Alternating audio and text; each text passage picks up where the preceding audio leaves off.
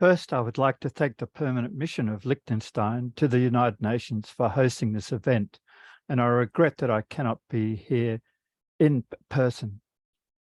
Throughout the world, human rights are being violated as a consequence of climate change. This includes the right to life, health, food, development, self-determination, water and sanitation, and many other basic human rights. Human-induced climate change is the largest, most pervasive threat to human society the world has ever experienced. The response to climate change is totally inadequate. The International Energy Agency said in 2021 that if the world is to limit warming to 1.5 degrees Celsius, there should be no investment in new fossil fuels.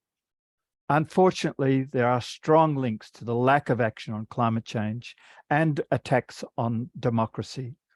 I want to highlight 4 links and make a few recommendations. The first is the power of the oil and fossil fuel industry in its efforts to undermine democracy. The second, I want to highlight the current trend of false promises linked to net zero targets. Third, I want to highlight the need for those most affected by climate change to have a strong voice in their future. And finally, I want to highlight the growing attack on environmental rights defenders. On the power of the fossil fuel industry, particularly the oil industry, it was recently announced that ExxonMobil earned nearly $56 billion in profit in 2022. Exxon made an around $63 million in profit every single hour last year. Chevron recorded a $35 billion profit for 2022. This profit is known to buy influence and undermines the voice of everyday members of the public, particularly those whose human rights are violated as a consequence of climate change. According to Forbes magazine, for example, executives from the 6 oil companies have testified before the US House Committee on Energy and Commerce Subpanel on Oversight. 10 of the 19 committee members have received funds from these oil companies. This is happening all over the world. In the UK, it is reported that oil companies and other associated institutions have given at least £5 million to members of parliament over the past 10 years in the form of donations, expenses paid trips, salaries, and gifts. Fossil fuel companies have reportedly donated $2 million to the major political parties in Australia. This influence is not restricted to democracies and developing countries.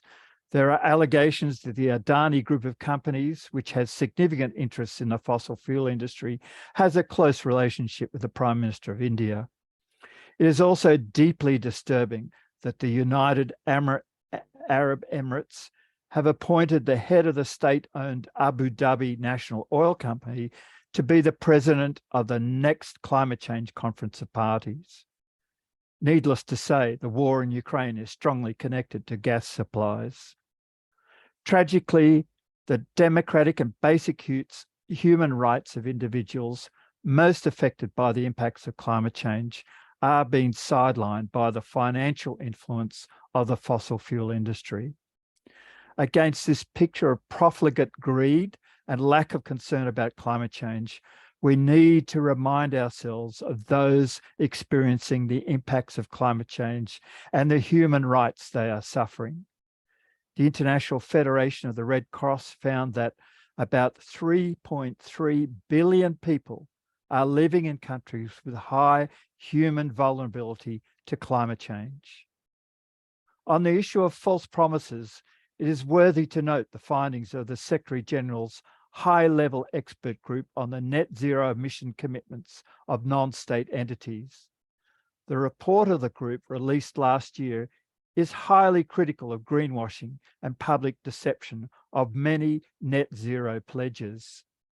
In a democratic world, these false claims should not be tolerated. The Secretary-General himself said, using bogus net zero pledges to cover up massive fossil fuel expansion is reprehensible. It is rank deception.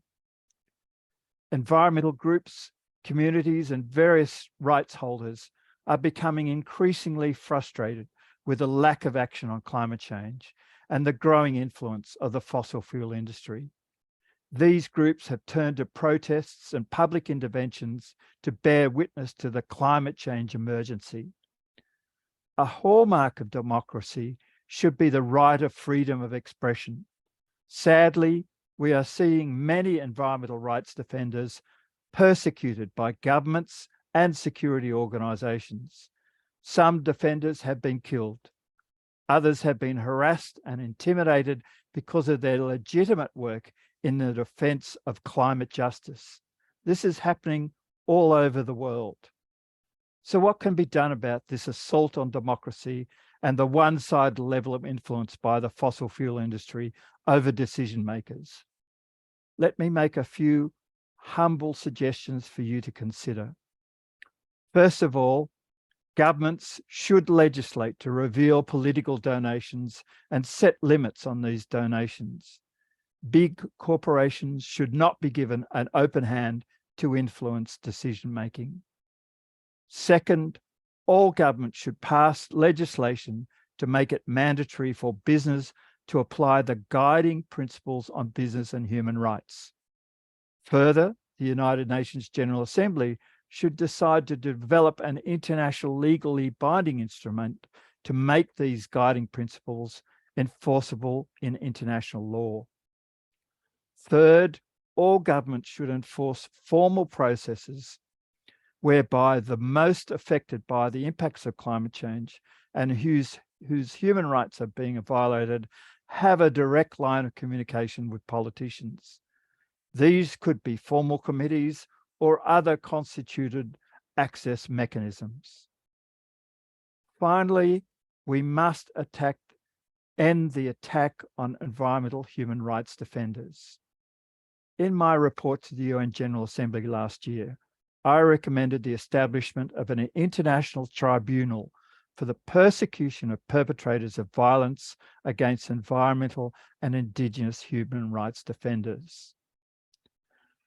So I thank you for listening to me, and I hope you can give serious consideration to these recommendations. I am more than willing to discuss these further. Thank you.